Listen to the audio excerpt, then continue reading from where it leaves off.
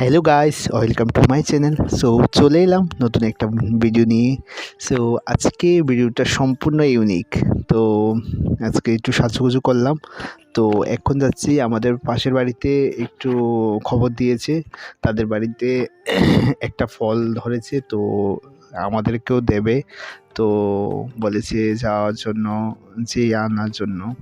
তো দাঁড়িয়ে আছি। তো দাঁড়িয়ে থাকার সঙ্গে একটু ডং করে নিচ্ছি সঙ্গে। তো ফাইনালি খুব দারুণ একটা জিনিস ফলটা, মানে এখন সত্যিই এই সময়ে পাওয়াটা খুবই ভাগ্যের একটা ব্যাপার। তো দেখো, এইটা হলো এই ফল তাল। সো তাল ধরেছে তাদের কাছে এক্ষুনি শীতের সিজনে, দেখো বন্ধুরা। তো তো দিল আমাদের একটা তাল। তো আজকে সেটা দিয়ে বড়া খাবো।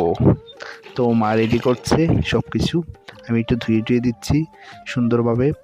তো দেখো, মা রেডি করে ময়দা দিয়ে, সুজি দিয়ে, চিনি দিয়ে, তাল দিয়ে সুন্দর করে মেখে নিচ্ছে।